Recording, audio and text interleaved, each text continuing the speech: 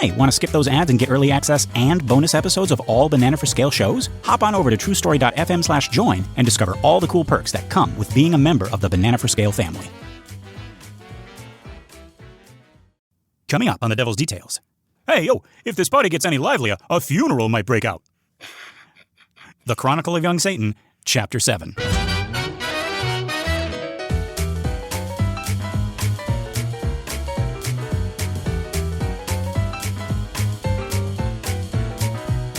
Hey, Satan gets no respect. That's right.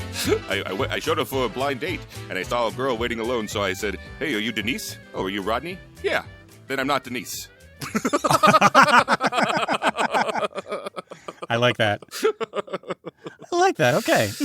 All right. Oh, good. Hey, everybody. We're all going to get damned to hell.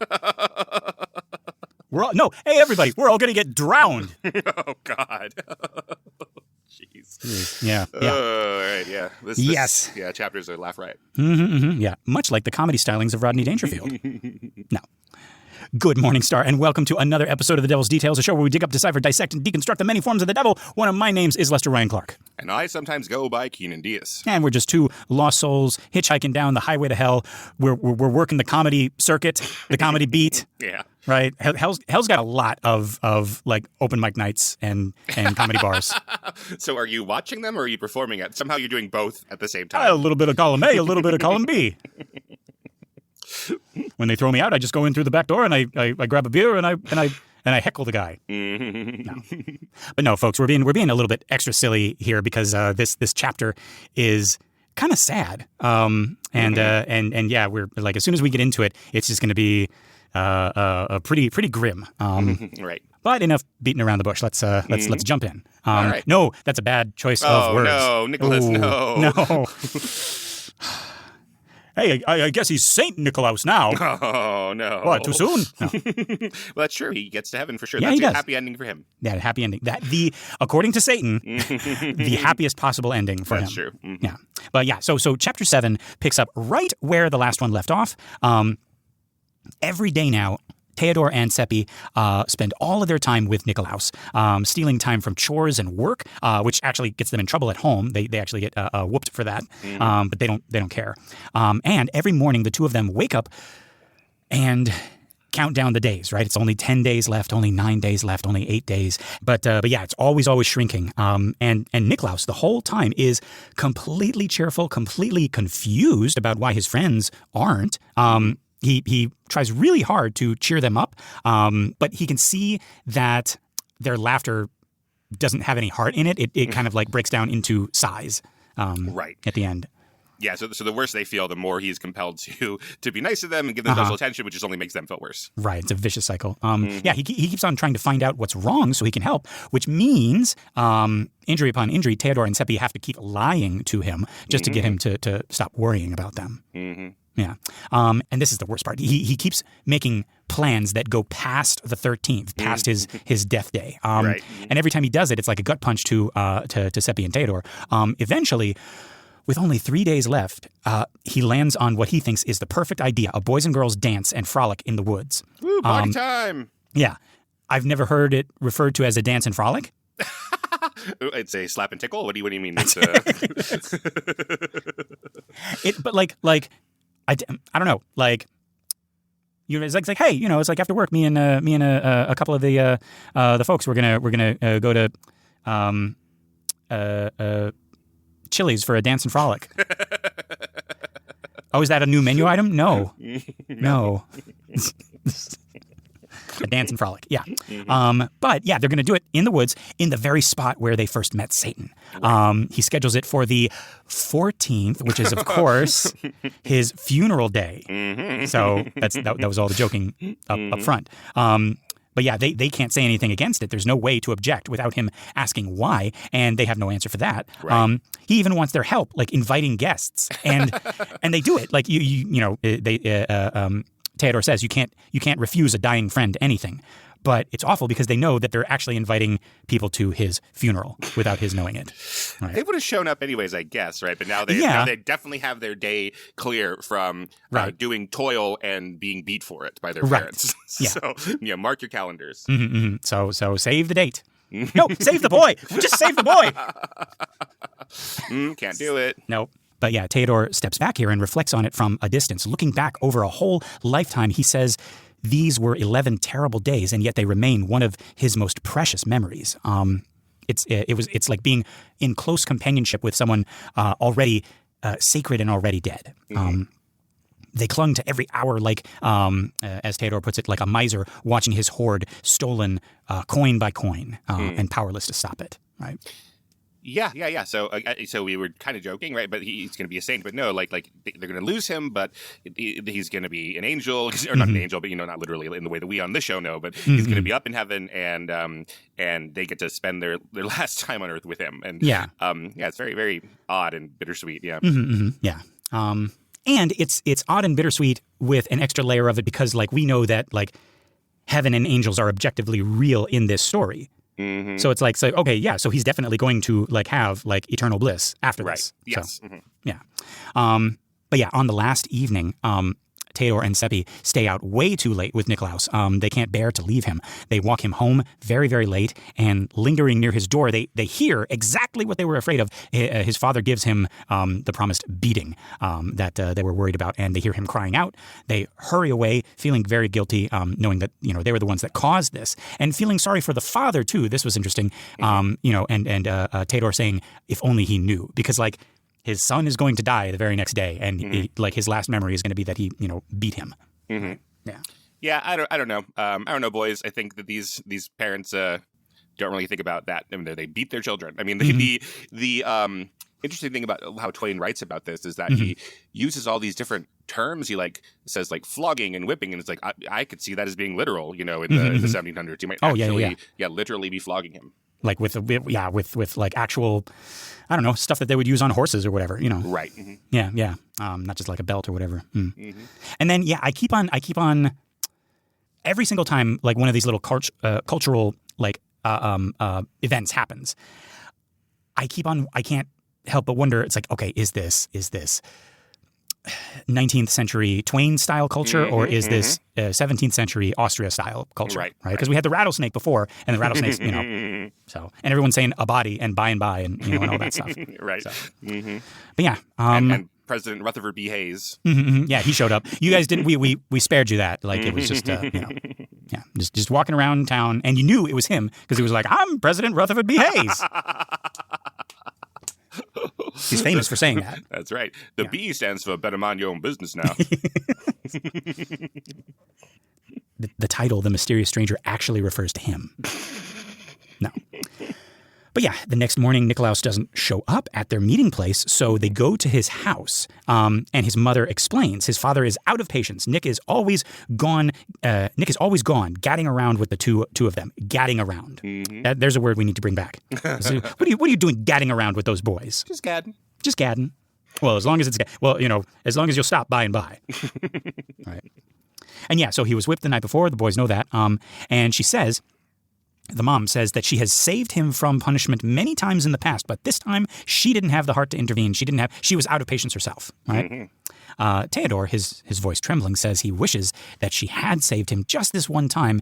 It would ease her heart someday to remember it, right? And she turns around. She's like, what do you mean by that, right? And he freezes, not knowing what to say, because how is he going to elaborate on that, right? But Seppi jumps in very smoothly with a lie, says the reason they were out so late was that Nikolaus kept telling them how good she is to him, how she always saved him from whippings, and they all got so absorbed in it that nobody noticed the time. That is the dumbest lie. It's like Mrs. Nikolaus's mom. We were out so late because he was talking about you, and we couldn't walk and talk at the same time. The story was just so amazing. Yeah. Anyway, but mom is moved. Did he really say that? Right? She can. No. Lady, listen to yourself. but I like what Seppi says. Sure, you can ask Theodore. Yes. So she puts her apron to her eyes, right? She says, it's a dear, good boy, her Nick. She's sorry she let him be whipped. She'll never do it again. Well, yeah. Yeah. I feel so bad. But like she's like, to think all that time last night while she was sitting there angry at him, he was loving her and praising her. If only we could know, she says, then we'd never go wrong. But we're only poor dumb beasts groping around making mistakes, right? She says she won't ever think of last night without a pang. Yeah. Theodore notes how this kept happening throughout those days, right? It seemed like nobody could open their mouth without accidentally saying something that made the boys shudder, right? Some sorrowfully true thing that they had no idea was actually true. Right? Yeah. You'll be the death of me, you silly goose. And then he trips on a goose and into an oncoming cart. That's right. And that's it. Yeah. Yeah, this is the chapter that starts to feel like the monkey's paw that we've been waiting for, of like, hey, I'm looking for positive things, and then well, here they are, but they come out negative. So right, yeah. While you're talking about that, that ironic turn of like what they actually want. That starts to happen here. Yeah. And Seppi asks if Nikolaus can come out and play with them. The mother says no. As further punishment, his father has forbidden him from leaving the house today. And for one wonderful moment, the boys feel this surge of hope, right? If he can't leave the house, he can't drown, right? And Seppi asks very carefully to, just to be sure, it's like, does he have to stay in all day or just the morning, right? All day, she says. It's a shame. It's such a beautiful day, and he's not used to being shut in. But he's busy planning his party, so maybe that's company enough for him. So Seppi sees an opening here and asks if they can go up and keep him company. And welcome, she says warmly. That's real friendship, choosing to be cooped up inside with him instead of out enjoying the day. She gives them out and enjoying his funeral. Yeah, right. She gives them some cakes, and one specifically for Nikolaus from his mother. Oh gosh, yeah. Well, I don't know if these cakes sound very good, depending, how this goes. But go ahead. Well, cake is cake. Like it's we got to be specific here, right? And especially with we might have some listeners across the pond. Like cakes, I think it just means like any kind of like square of bread, like not she gave them a cake, like she gave them some cakes, like some little, like a square of banana bread or something like that, right? Yeah. And then upstairs, the first thing they both notice is the clock. It's 9:45, just a handful of minutes left to live. Theodore feels his heart contracting, but Nikolaus is in great spirits, completely unaware of any of this, right? Eager to show off all the prizes he's bought for his party games and a kite that he's just finished. He goes downstairs to get his mother to touch it up with her iron, whistling on his way out, right? What kind of party are you planning, Nicholas? It's a dance and frolic. Weren't you listening? I didn't know kites were involved. You know what? So I guess that's my fault. And here you came without a kite, and everyone's just looking at you. Right? You thought it was a night party because Nikolaus can't spell. Can't even see the kites at night. No. Yeah. Oh, I was talking about the other kind of night, a kanite. Oh. Because I was trying to think of something that looked like kite that you could possibly misspell. Yeah. So I brought a knight in this situation? No, you were dressed as a knight. That's frolic in my knight costume. Yeah. Okay. Yeah. Yeah. Okay. Like knights do. Yeah. Anyway, so he's so happy, and he goes downstairs to get his mother to touch up the kite, right? So leaving Seppi and Theodore alone in his room, right? And the boys can't focus on any of this. They just stare at the clock, listening to it tick, nodding at every jump of the minute hand. 1 fewer minute in the race between life and death. Seppi counts down out loud, 2 minutes to 10. 7 more, and he's past the danger point. Theodore, he's going to be saved. Theodore shushes him, tells him to watch the clock and be quiet. 3 more minutes pass, and there's a footstep on the stairs. Saved. They jump up to face the door, but it's just the mother bringing the kite. She shows it off proudly. He worked on it since daylight, she says. Drew the pictures himself. Wait, what? I think, yeah. I think you draw pictures on kites in this time period. But in Twain's time period, or yeah, Twain says it is like, a kite, like with hand-drawn pictures on it, yeah. With hand-drawn, yeah, okay, Twain. All right. Yeah. I mean, nowadays I think the kites that you buy either have pictures of like Paw Patrol on them already, or Minions. Or it is a minion. Yeah, the whole thing is a minion, exactly. Or it's like looks like it's a stealth bomber or something, or a Harrier jet, and it's got all these cool, sick ass like decals on it about death and bombing. Yeah. Or it looks like a knight. Yeah. Anyway, but yeah. So instead of Nikolaus, the mom has come in and she's showing off the kite, right? And she says, and it's like, oh, drew the pictures himself. The church isn't quite right, but you can definitely tell that's the bridge. She mentions almost in passing that it's 7 minutes past 10. Where's Nikolaus? They ask. Oh, he stepped out for a minute, she says. Just as he came downstairs, Lisa's mother came by saying the girl had wandered off and she was a little worried. So the mother told Nikolaus, never mind his father's orders, go and look for her. The boys go white. She notices and assumes the cake disagreed with them. Exactly. It's like, well, I'm just sorry, assuming... I gave you cakes and not cake. Right. You look mildly upset. Of course, it's my terrible food that I gave you. Yes. Right. So she goes to fetch something for their stomachs downstairs, right? The moment she is gone, they run to the back window and look toward the river. There's a crowd gathering at the far end of the bridge, people running toward it from every direction. It's over. Poor Nikolaus. Why did she let him out of the house? Why did they let him out of their sight? Well, yeah. I'm saying they just had to wait 10 minutes and they got impatient. I know it probably wouldn't have done any good, but boys, tackle him. Get upstairs and just something. Sit on him. Right. Yeah, rage against the dying of your friend. Yes. Do something. They're just like, oh, well, they're very Tom Sawyer. They're like, well, that's done. So let's now turn our backs to the trouble here. Yeah. Nikolaus burning bright. Oh yeah, they try to leave before she can find out, but she catches them at the foot of the stairs with her medicine and makes them sit and take the medicine, fussing over them, blaming the cake. That fucking cake. And then it happens. A crowd comes in, heads bare, carrying the two drowned bodies, and lays them on the bed. And the mother's reaction is devastating. She screams. She falls to her knees, covers her dead son's face with kisses, blaming herself completely. If she had just obeyed her husband and kept him inside, this wouldn't have happened. She was cruel to him the night before when he was begging to be her friend. She cannot be comforted.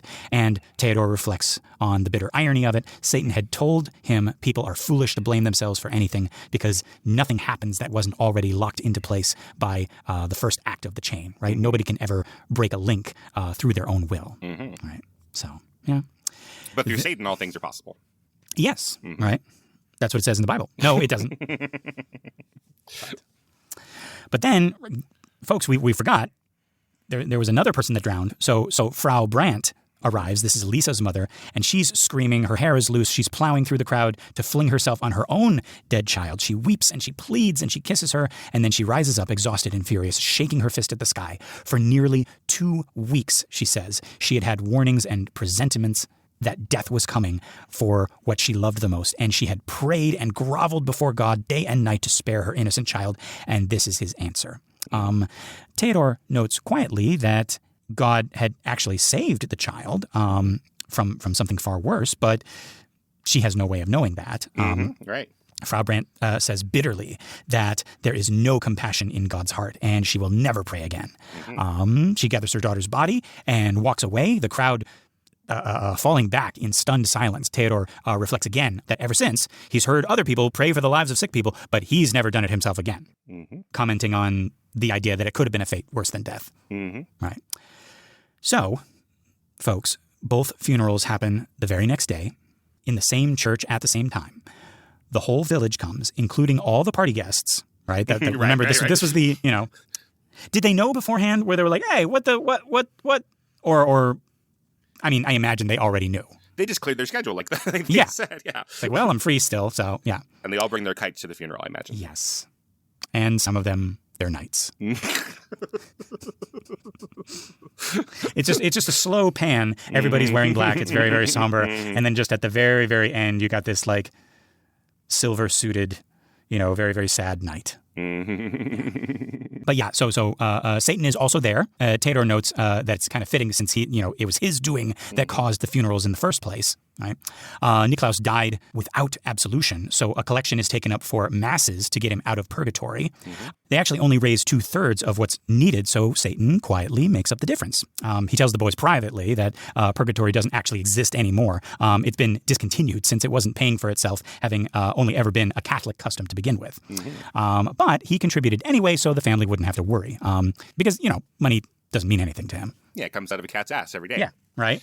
Yeah, but the idea that purgatory doesn't really exist is very interesting. So it's, again, like this is a Protestant writer talking for a Protestant audience and making fun of a Catholic idea, I guess. And to me, growing up Catholic, I just assumed that everybody believes in purgatory and has the same feelings about it. But no. So either you go to heaven or hell in other ones, and that's that's pretty harsh sounding, I guess. Yeah. Purgatory, at least sounds like there's a third way, like it's a compromise. Like a temporary hell that you have to like strive to break out of. Right. And that's true. Like we've talked about that before. Like we have this like popular conception of purgatory just being a neutral void, but it is, it's a distance away from God, and so it is a hell. Yeah. It's the way I was taught it was, just kind of like a waiting room. So you kind of got to like instead of working to get out of it, you just got to like do your time. Right. But it's like, oh, you told a little lie. That's that's like another year in purgatory or whatever. Right. But then, so this is a compromise, right, amongst people who want it developed, because heaven or hell, that binary is rough. But then, still, I think by Twain's time, people are like, so if you're not baptized, if you're a baby who dies before you're baptized, you go to purgatory. So people like Nikolaus, like that's part of it, is like seeing the injustice of what purgatory is too. Right. Yeah. Did we talk about like that? That's kind of the invention of trick or treating on this show. No. I don't so think so. Yeah, the idea is, and you can see that here in this chapter, is, I guess, I don't want to speak for all Catholics, even back then, but in some areas, there's the idea that people who are like the people still living can like pay your bond or pay your like bail and get you out early from purgatory. Right. So you can either like pay the church, or you can say like you can send up a certain like number of prayers to shorten the sentence of a loved one who is in purgatory, right? And some of this I'm just like piecing together, for myself. But the idea of All Hallows Day, the holier the day, the better the prayer reception, I guess. Like phone reception, you mean? Yeah, sure, right? And so All Hallows Day was supposed to be, like super holy day that nobody remembers now because Halloween, right? So during the night, like All Hallows Even, Halloween, kids, like, little orphan kids, or just, I guess like town kids would go door to door, and they'd be, and they'd knock on your door and they'd be like, hey, we noticed that your Aunt Margaret was, recently passed, and, it'd be a shame if she, stayed in purgatory for her whole sentence. But, if you give us a little something, we'll go to church, and, each of us will say, 10, 20 prayers. Right. And so that was the kind of like the young industrial capitalist, kids being like, hey, give us some like food or some money, and we will go and pray on the behalf of your dead loved one. And it became such a regular thing in early America that it was called souling. So like boys of the town would go souling on All Hallows Eve, just door to door. And like it was so common that households would bake little soul cakes, and they would give you, it's like, hey, one soul cake is 5 Hail Marys, and But you don't eat them because they're terrible. Well, sorry, this is soul cake. I asked for soul cakes. What is this? I got to go to church and retract those prayers. Right. Okay, so that explains what's going on here. And Nikolaus didn't get the collection up properly, so he's not going to get out of purgatory on time. Right. I guess, yeah. Except for Satan, he's like, I'll just pay it. Right. Yeah. What's the difference? Yeah. Right. So now at the graveyard, it gets a little. Okay. Yeah. This is the thing that like I was puzzled and bothered by. Before we started recording, like, oh, this thing in this chapter, and like, which thing? There's all sorts of a lot of things. Yeah. Okay, great. So this is it. This is the thing. I asked Keenan to guess which thing like repulsed me the most. Like, oh, the children drowning? No, something else. No. So at the graveyard, they're about to bury the 2 bodies. However, Lisa's body, little Lisa's body, is seized for debt. A carpenter that Lisa's mom owed 50 groschen to takes the corpse and keeps it in his cellar for 4 days while her mother, weeps and begs outside his house, right? Eventually, he buries her without ceremony in his brother's cattle yard. And this drives the mom to grief and madness. She abandons her work and just wanders the town daily, cursing the carpenter, cursing the laws, the emperor, and the church. Yeah, I think that's pretty bad. I guess I hated it so much I didn't look up to see how common that was or anything. This is the first I've heard of anything like that. So, okay, my question, because we've already caught Twain, consciously or unconsciously slipping in 19th century small town culture into this, 17th century, Austrian setting. He's talking about it. Like folks, if you read the chapter, he talks about it the way that something not unusual but still very sad has just happened. He's like, and it was just terrible and it drove the mother to grief, but them's the rules, you know what I mean? Right. It sounds like he's saying that oh, what a tragedy that this thing happened, but we got to follow the rules. To which I'm saying when was this a rule? I don't know. I couldn't quite bring myself to look it up. But it's so bad. It's also like if we let this mother bury her child for free, then everyone's going to want that. But the idea, which I would say yeah, okay, that's fine. Go ahead and do that, right? But and my other question, so he's seizing the body for debt. What, okay, I can understand. Oh, you didn't pay me those groschen. I'm gonna take your cow because your cow is of use. It can I can get milk out of it, or I can kill it and get hamburger out of it, right? I'm gonna take your north field or your pasture, or I'm gonna take your house, or I'm gonna take your cart, or your farming tools. I'm going to take your dead daughter for what?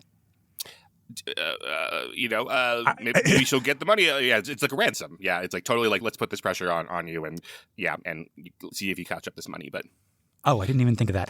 But it's a small town. He must know that she's not going to get it. My mind went to a much worse place. Okay, good. Because it's the only thing I can Why is he keeping it in the what's he using it for? I don't think I don't think he's using it at all. I think it's just there, and he's like, well, either I'm going to bury it, and get my money, or I'm going to, put it somewhere else, put it in the field. Okay, but he realizes that, like you say, it's a small town. There's no way that this lady is going to pay off the debt.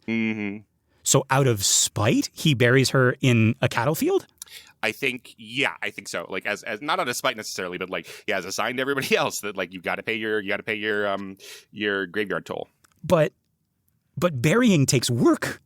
Yeah, I agree. Yes, that's more work. He has to dig the grave. He has to, I wonder if he owns the land or something. I don't know. Yeah, that's a good question, but I don't want to know. Yeah, I don't like this. This was the it was such a surprise, and it was such a weird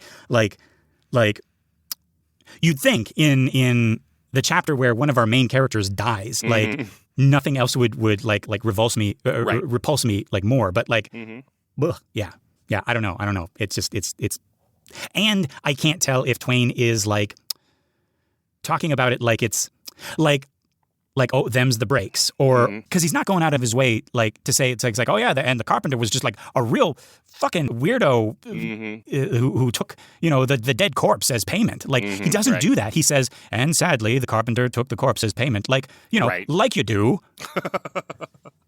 Right. I think clearly Twain is anti this, but yes, but it doesn't seem so out of left field from his experience of right. That. Yeah.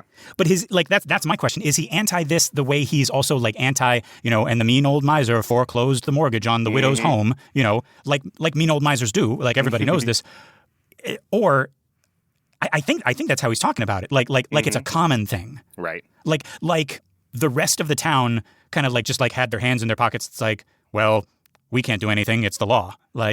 Gross. Right. Anyway. All right. Well, we're grossed out. Yeah, properly grossed out. Powerful grossed out.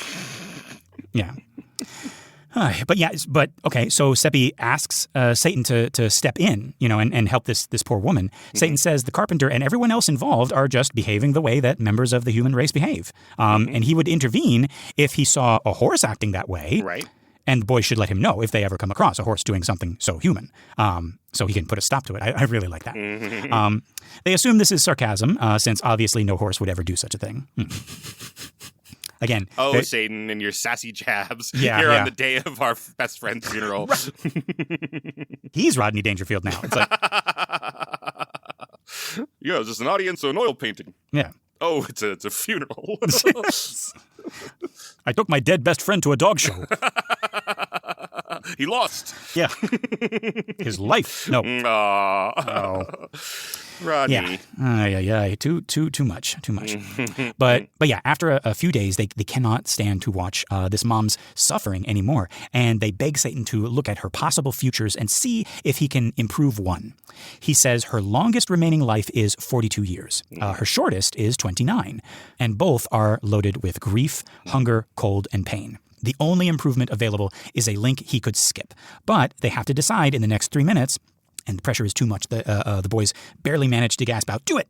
before time runs out. And it's done, Satan says. She was about to turn a corner. He's turned her back instead. Her career has changed. What happens now, they ask. It's happening, he says. She's arguing with Fisher, the weaver, right now. That was confusing to read. Why isn't he a Fisher? Or why isn't he a weaver named Weaver? Yeah. Maybe his last name is... No, Fisher would be his last name. That's true. I ask you, Mr. Clark, who is not a clerk. No. Clerk is ambiguous, isn't it, though? I think so, yeah. Isn't it just somebody who sits down and sits at a desk and, and types away at stuff? And they clerk. Yeah.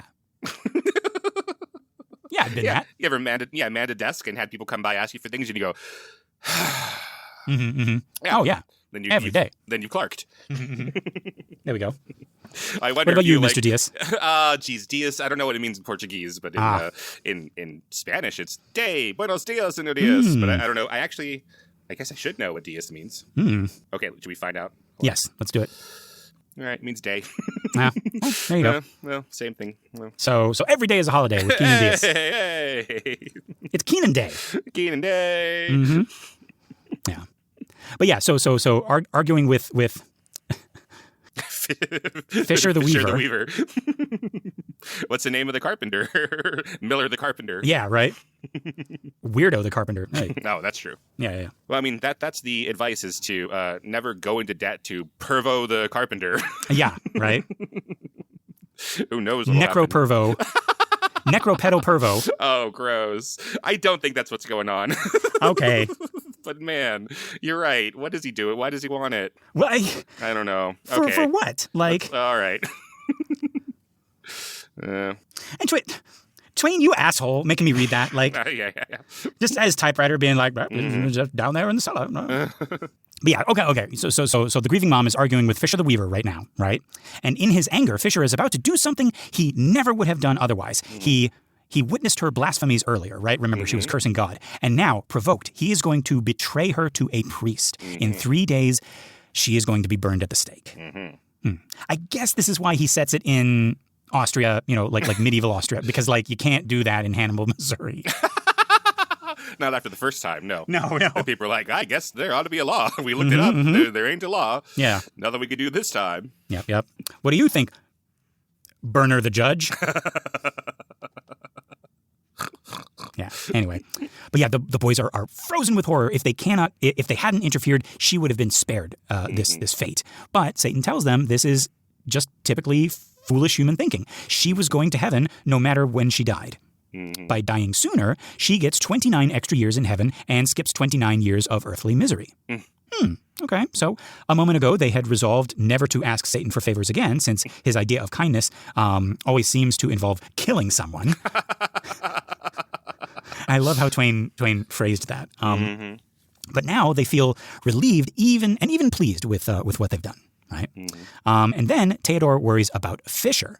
right? Does this change his life path too? Certainly, Satan says, and radically. If he hadn't crossed paths with the grieving mother, he'd have died next year at 34. Now he'll live to 90, fairly comfortable as human lives go. Right? They feel proud of what they've done for Fisher until they notice Satan isn't sharing in their satisfaction at all. They press him, worried, and finally ask if there's any catch. Satan hesitates and says, well, under the previous life path, under his previous life paths, he was headed to heaven. They're horrified. And under this one, and Satan tells them not to be so upset. They meant well. Let that be their comfort. But this isn't any comfort at all. They tell him he should have warned them what they were doing. But Satan is unmoved. They try to explain that Fisher, not anyone else, was the one who should have gotten to weigh that trade-off to decide his own fate. Satan doesn't see the relevance. Heaven won't miss one more soul. There's plenty there. So is what's going on that Satan has switched it, and so now Fisher condemns her for blasphemy, and that's why he goes to hell? So like the I guess the moral of this universe being that like a mother who blasphemes because her child died is fine, and you shouldn't burn her at the stake. That's the idea. And so now he has murdered her essentially. I'm on the fence about that. Or is it that like he's changed his career so much that like other things he's going to do in the future are going to send him to hell? Or is it just like random, pinball like bouncing around, and this trajectory is going to send him to hell for some other reason? Right? Yeah. I'm not sure. So I think I am like the boys, and I'm like, I want to know the reason why. And it must be solvable based on the information we have, but it's probably not. Yeah. Then Fisher himself walks by, completely oblivious, pleased with himself for having done a good turn for that grieving mom. It's old Fisher the walker nearby obliviously. Yeah, it's such a convenient walker nearby, Fisher. Yeah. And sure enough, soon after, the mother is led past in chains. A mob is trailing her, jeering, blasphemer and heretic. Some of these people were her friends, and knew her, before. Some of them are trying to strike her, while the officers don't really do much to stop them. Right? But the boys cry out for Satan to stop them, and immediately remember he cannot intervene even a moment without, rewriting these people's entire futures. He gives a small puff of breath toward the mob, and they stagger, and they flee, shrieking in every direction. He has cracked a rib in each of them with a single puff. The boys ask if this has changed their life charts too. Yes, certainly, Satan says. Some gained years, some lost them, but only a few will benefit. The boys don't ask if any of them got Fisher's luck. They don't want to know. Yeah, I wonder what the percentages of people like in this town who are going to hell or not before Satan's. We don't have like the before and after stats. Right. Yeah. Yeah. But yeah, they're losing trust in him. And this is the point, Theodore notes, where their eagerness to have Satan improve their own life charts starts quietly evaporating. Right. But yeah, the village buzzes for days over this mother's trial and the mysterious epidemic of broken ribs in the mob. At her trial, she freely repeats all of her blasphemies and she refuses to repent. She's warned that she's risking her life. She says they can take it. She doesn't want it. She'd rather be with the professional devils in hell than with the amateurs running this village. I really like that. Right? She's accused of breaking the ribs through witchcraft, and she's asked if she is a witch, and she answers with contempt. If she had that power, would any of these holy hypocrites still be standing? She'd strike them all dead. Pronounce the sentence and let her go. She's tired of their company. Yeah. So they send her to the moon. To the moon. Yeah. No, that's the astrologer. No, that's Father Adolf. Father Adolf. Yeah. One of these days, Frau Brandt, to the moon. Oh, yes, her name is Frau Brandt. I keep on saying the mom. Yeah. But yeah. Yeah. I think after all of this, right, the credits roll, and then you have one of those like post-credit scenes, and it's just Father Adolf, on the moon. He's like, hello? Hello? But yeah, this woman is convicted. She's excommunicated, handed over to the secular authorities, and led to the market square as the bell tolls. The boys watch her chained at the stake and see the first thin smoke rise, and then her hard expression softens, and she looks out at the crowd and says gently, "We played together once in long gone days when we were innocent children. For that, I forgive you." And the boys leave before the fire takes her, but they can hear their screams even with their fingers in their ears. Mm-hmm. When the screams stop, Theodore knows that she's in heaven regardless of the excommunication. Mm-hmm. And he's glad of her death and not sorry that they caused it. I don't know, letting yourself off there a little easy there, Theodore. Yeah, it's a little bit, yeah. But yeah, and that, folks, is the end of this chapter. A lot of deaths. Very bleak. Excommunications. Mm-hmm. And one very, very questionable carpenter. Yeah. What did we think of this one? Not a lot of chuckles to go around this one. I think we tried our best. Jeepers creepers. Yeah. Pretty tough. Yeah, I wasn't sure. I wasn't sure if Twain was going to go there and actually kill Nikolaus. I was pretty convinced he wasn't going to. So like he was going to be saved, and then maybe Satan was like, oh, this won't do it all. You've like destroyed the time and space and and right. And I have to leave now. Yeah. Something would happen, but yeah. Jeepers. So yeah, I don't know what's going to happen to our boys next week. No. We're getting to where I'm kind of forgetting how the fraud version went. So it's a little bit more of a surprise for me now with these new chapters. Yeah. So yeah, I don't know what's gonna. How do you get back to happy fun times after this?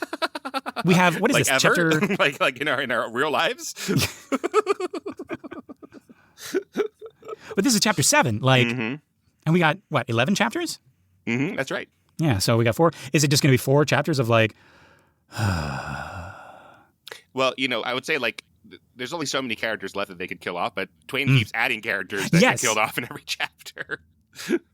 Right? Little Lisa Brandt. Like, we didn't know her until right. she died. So. Right. Yeah. But yeah, no, I mean, I'm curious to see what happens next, but I'm finally starting to see the darker side of Twain, I think. Right. Yeah. Very cynical, very dark, and blaming religion at every step for this. I mean, this is this is pretty overt. Yeah, and like he's doing, he's cracking jokes about it, but like it's cracking jokes about like these kids dying and this woman being burned at the stake and and all this stuff. So. Right. Yeah, and like I said, folks, like, I read a short story of his, A Dog's Tale. And again, I'm not going to recommend that you read it because it is very, very sad. Okay. Yeah, that was when I was like on a Mark Twain and Edgar Allan Poe kick. Like I was kind of like in the mind to like write like a sketch where they meet and they hang out and they're like yin and yang and opposite ends of and I read some Twain and I was like, oh geez, he's much worse than he's much sadder than Poe can be. So but yeah, I think we're seeing that now. Well, Poe died relatively young, and Twain apparently got old and thought long and hard on his life and what he experienced in the world. So somebody who dies young and doesn't get to see his the fruits of his work, or somebody who lives a long life of misery and thinks about the fruits of his work and is still sad. Both of them are sad.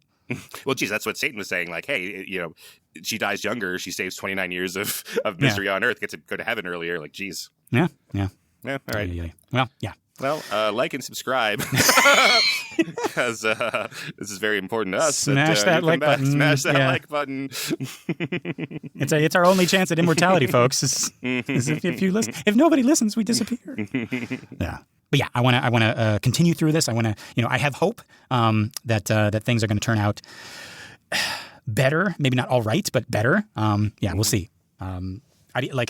One thing I do know, it can't possibly end the way that the Payne Danica version ended because they tacked that ending on. So okay, so let's see. All right, great. It might not even have an ending. It might just stop. Like, well, that's about enough of that, and just move on. Yeah. So we'll see. Yeah. But for now, folks, this has been another episode of The Devil's Details. I've been Lester Ryan Clark. You can summon me on all the socials as Lester Ryan Clark. And I've been Keenan Diaz, and you can invoke me on Instagram and Letterboxd as Howdy Keenan. Yeah, find more of our shows and other really cool podcasts at truestory.fm, or feel free to drop us a message at Banana for Scale Mail, that's MAIL, @gmail.com. We got our Facebook listener group, Banana for Scale. That's community for all of our shows, including this one. It's a private group, but just request to join and we'll let you into the Infernal family. If you want more, consider joining us at truestory.fm/join and look for Banana for Scale. That's us. You get bonus bonus episodes of all our shows, access to our Discord, and you get your episodes a week early and ad-free. Pretty cool, just $5. Wouldst thou like to live deliciously? We're not even asking for your souls. Just give us a 5 pentagram rating on iTunes or Spotify or wherever you listen to our show. That and sharing the show by word of mouth or on social media is going to help our little podcast grow and find more cool people like you. Now remember, folks, like, you weren't going to subscribe, but, just changing that one little thing in your life's path, you might end up, well, I don't know, it might end up worse. Right. Like, you know what? I don't want to have anything to do with this. You do whatever you feel is right. Mm-hmm. Don't break any ribs on our account. Yeah, right. Yeah. But yeah, that's it for this week. Until next week, folks, love and hisses. Mwah.